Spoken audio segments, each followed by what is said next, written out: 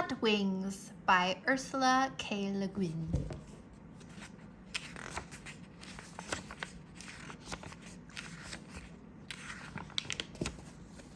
Chapter 1. Mrs. Jane Tabby could not explain why all 4 of her children had wings. I suppose their father was a fly-by-night, a neighbor said, and laughed unpleasantly, sneaking round the dumpster. Maybe they have wings because I dreamed, before they were born, that I could fly away from this neighborhood, said Mrs. Jane Tabby. Thelma, your face is dirty. Wash it. Roger, stop hitting James. Harriet, when you purr, you should close your eyes part way and knead me with your front paws. Yes, that's the way. How is the milk this morning, children? It's very good, Mother, thank you, they answered happily.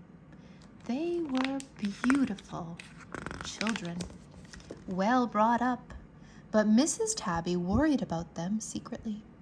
It really was a terrible neighborhood, and getting worse.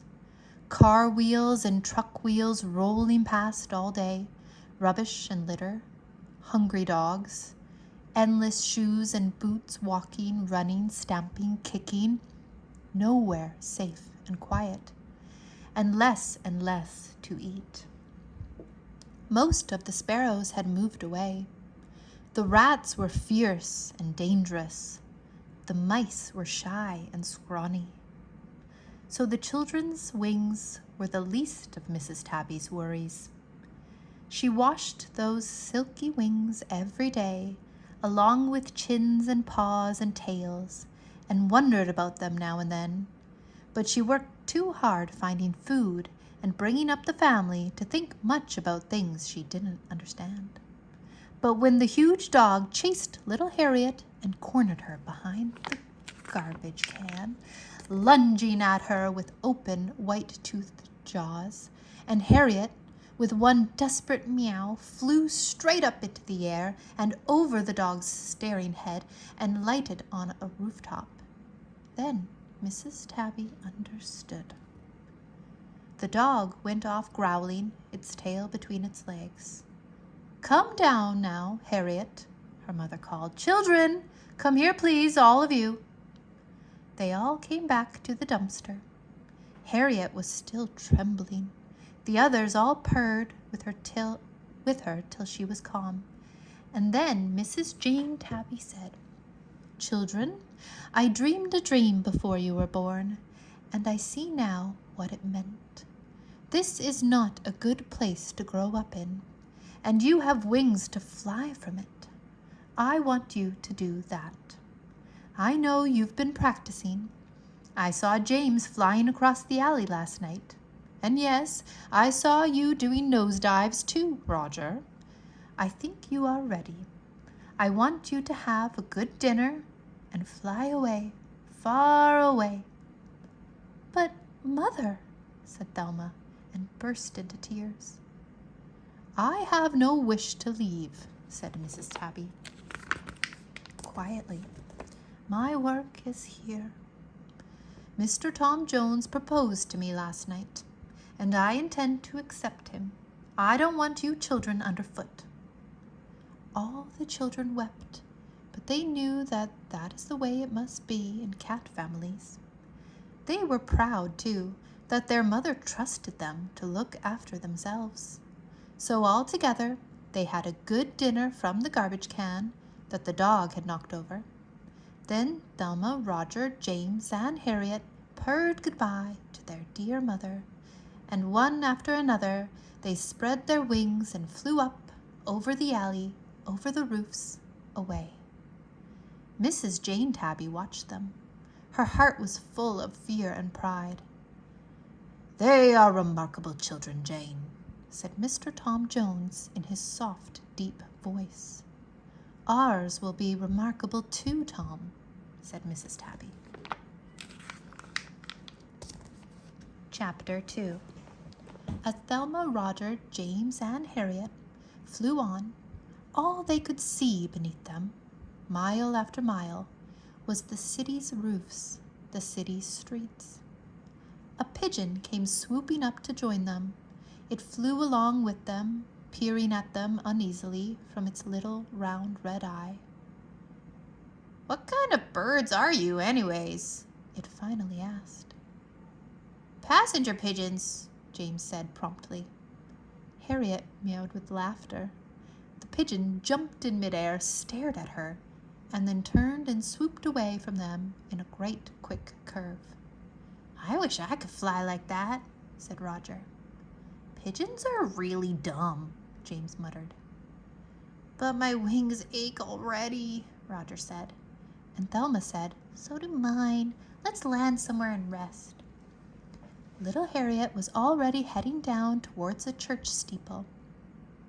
They clung to the carvings on the church roof and got a drink of water from the roof gutters.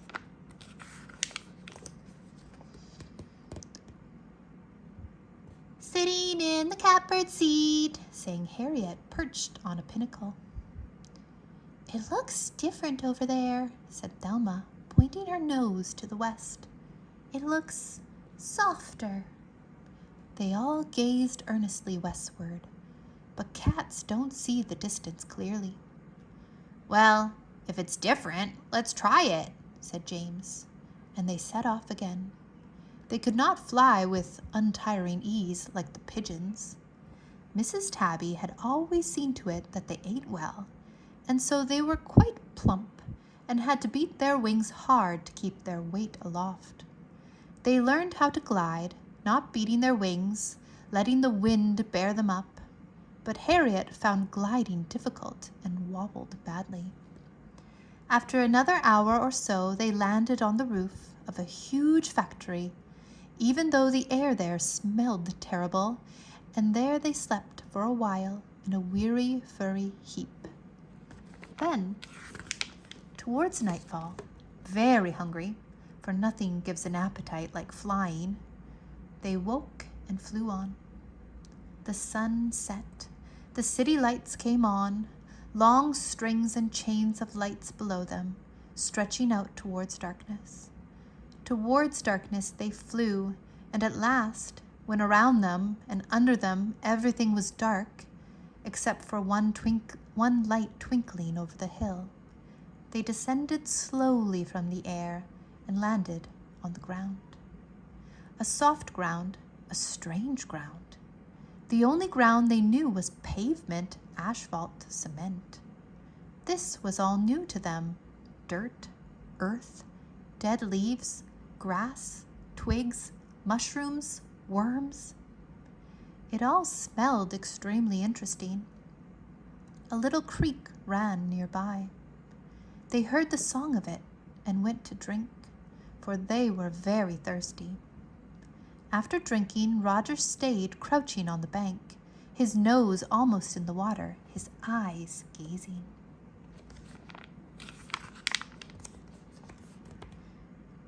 "What's that in the water?" he whispered. The others came and gazed. They could just make out something moving in the water. In the starlight, a silvery flicker, a gleam. Roger's paw shot out. "I think it's dinner," he said. After dinner, they curled up together again under a bush and fell asleep. But first, Thelma, then Roger, then James, and then small Harriet would lift their head, open an eye, listen a moment, on guard. They knew they had come to a much better place than the alley, but they also knew that every place is dangerous, whether you are a fish or a cat, or even a cat with wings. Chapter 3. "It's absolutely unfair," the thrush cried. "Unjust," the finch agreed. "Intolerable," yelled the blue jay. "I don't see why," a mouse said. "You've always had wings. Now they do. What's unfair about that?" The fish in the creek said nothing. Fish never do. Few people know what fish think about injustice or anything else. I was bringing a twig to the nest just this morning, and a cat flew down. A cat flew down from the top of the home oak and grinned at me in midair, the thrush said. And all the other songbirds cried, shocking, unheard of, not allowed. You could try tunnels, said the mouse, and trotted off. The birds had to learn to get along with the flying tabbies. Most of the birds, in fact, were more frightened and outraged than really endangered, since they were far better flyers than Roger, Thelma, Harriet, and James. The birds never got their wings tangled up in pine branches, and never absent-mindedly bumped into tree trunks, and when pursued, they could escape by speeding up or taking evasive action. But they were alarmed, and with good cause, about their fledglings. Many birds had eggs in the nests now. When the babies hatched, how could they be kept safe from a cat who could fly up and perch on the slenderest branch among the thickest leaves? It took a while for the owl to understand this. Owl is not a quick thinker. She is a long thinker. It was late in spring, one evening, when she was gazing fondly at her two new owlets, that she saw James flitting by, chasing bats, and she slowly thought, this will not do. And softly, Owl spread her great gray wings and silently flew after James, her talons opening. The flying tabbies had made their nest in a hole halfway up a big elm, above fox and coyote level, and too small for raccoons to get into.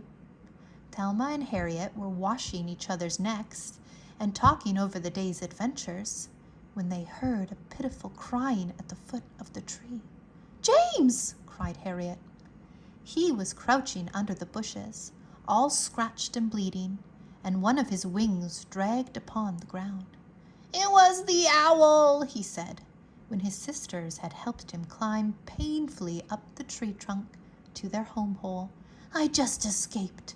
She caught me, but I scratched her, and she let go for a moment." And just then Roger came scrambling into the nest with his eyes round and black and full of fear. "She's after me!" he cried. "The owl!" They all washed James's wounds till he fell asleep. "Now we know how the little birds feel," said Thelma grimly. "What will James do?" Harriet whispered. "Will he ever fly again?" "He'd better not," said a soft, large voice just outside their door. The owl was sitting there. The tabbies looked at one another. They did not say a word till morning came. At sunrise, Thelma peered cautiously out. The owl was gone. "Until this evening," said Thelma. From then on, they had to hunt in the daytime and hide in their nest all night, for the owl thinks slowly, but the owl thinks long. James was ill for days and could not hunt at all. When he recovered, he was very thin and could not fly much, for his left wing soon grew stiff and lame. He never complained. He sat for hours by the creek, his wings folded, fishing. The fish did not complain either. They never do. One night of early summer, the tabbies were all curled in their home hole, rather tired and discouraged. A raccoon family was quarreling loudly in the next tree. Thelma had found nothing to eat all day but a shrew, which gave her indigestion. A coyote had chased Roger away from the wood rat he had been about to catch that afternoon. James's fishing had been unsuccessful. The owl kept flying past on silent wings, saying nothing. Two young male raccoons in the next tree started a fight, cursing and shouting insults.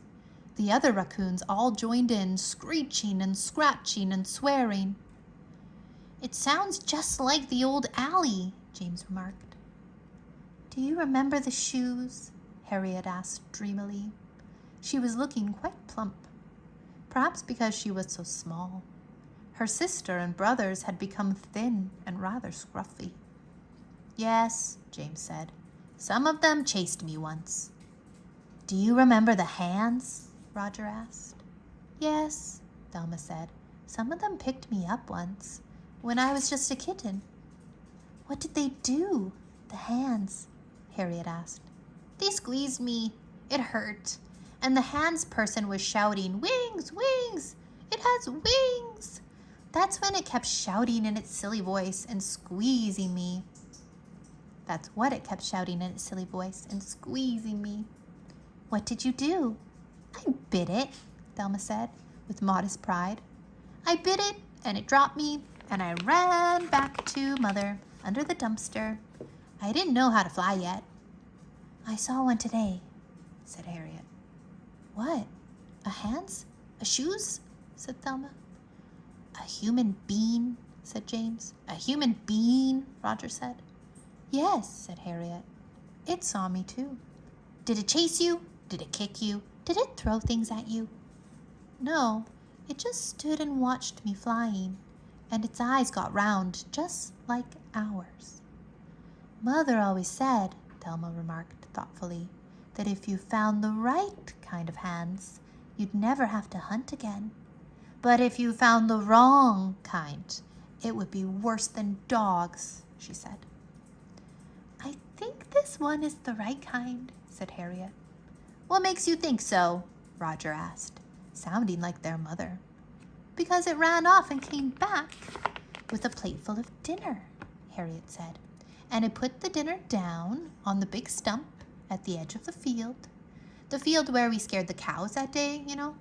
And then it went off quite a way and sat down and just watched me. So I flew over and ate the dinner. It was an interesting dinner, like what we used to get in the alley, but fresher. And, said Harriet, sounding like their mother, I'm going back there tomorrow and see what's on that stump. You just be careful, Harriet Tabby, said Thelma, sounding even more like their mother. Chapter 4. The next day, when Harriet went to the big stump at the edge of the cow pasture, flying low and cautiously, she found a tin pie plate of meat scraps and kibbled cat food waiting for her. The girl from Overhill Farm was also waiting for her, sitting about 20 feet away from the stump and holding very still. Susan Brown was her name, and she was 8 years old. She watched Harriet fly out of the woods and hover like a fat hummingbird over the stump, then settle down, fold her wings neatly, and eat. Susan Brown held her breath. Her eyes grew round. The next day, when Harriet and Roger flew cautiously out of the woods and hovered over the stump, Susan was sitting about 15 feet away, and beside her sat her 12-year-old brother, Hank. He had not believed a word she said about flying cats. Now his eyes were perfectly round, and he was holding his breath. Harriet and Roger settled down to eat. You didn't say there were 2 of them, Hank whispered to his sister. Harriet and Roger sat on the stump, licking their whiskers clean. You didn't say there were 2 of them, Roger whispered to his sister. I didn't know, both the sisters whispered back. There was only 1 yesterday, but they look nice, don't they? The next day, Hank and Susan put out 2 pie tins of cat dinner on the stump, then went 10 steps away, sat down in the grass, and waited. Harriet flew boldly from the woods and alighted on the stump. Roger followed her. Then, oh, look, Susan whispered, came Thelma, flying very slowly with a disapproving expression on her face. And finally, oh, look, Susan whispered, James, flying low and lame, flapped over to the stump, landed on it, and began to eat. He ate and ate and ate. He even growled once at Thelma, who moved to the other pie tin. The two children watched the four-winged cats. Harriet, quite full, washed her face and watched the children. Thelma finished a last tasty kibble, washed her left front paw, and gazed at the children. Suddenly, she flew up from the stump and straight at them. They ducked as she went over. She flew right round both their heads and then back to the stump. "Testing," she said to Harriet, James, and Roger. "If she does it again, don't catch her," Hank said to Susan. It'd scare her off. "You think I'm stupid," Susan hissed. They sat still. The cats sat still. Cows ate grass nearby. The sun shone. "Kitty," Susan said in a soft, high voice. "Kitty, cat, kitty cat, kitty cat, kitty wings, cat wings." Harriet jumped off the stump into the air, performed a cartwheel, and flew loop-the-loop over to Susan. She landed on Susan's shoulder and sat there, holding on tight and purring in Susan's ear. "I will never, never, never, ever catch you or cage you or do anything to you you don't want me to do," Susan said to Harriet. "I promise. Hank, you promise too." "Purr," said Harriet. "I promise, and will never ever tell anybody else," Hank said, rather fiercely. "Ever, because you know how people are. If people saw them." "I promise," Susan said. She and Hank shook hands, promising. Roger flew gracefully over and landed on Hank's shoulder. "Purr," said Roger. "They could live in the old barn," Susan said. "Nobody ever goes there but us. There's that dovecote up in the loft with all those holes in the wall where the doves flew in and out." "We can take hay up there and make them a place to sleep," Hank said. "Purr," said Roger. Very softly and gently, Hank raised his hand and stroked Roger right between the wings. "Oh," said James, watching. He jumped down off the stump and came trotting over to the children. He sat down near Susan's shoes. Very softly and gently, Susan reached down and scratched James under the chin and behind the ears. "Purr," James said, and drooled a little on Susan's shoe. "Oh, well," said Thelma, having cleaned up the last of the cold roast beef.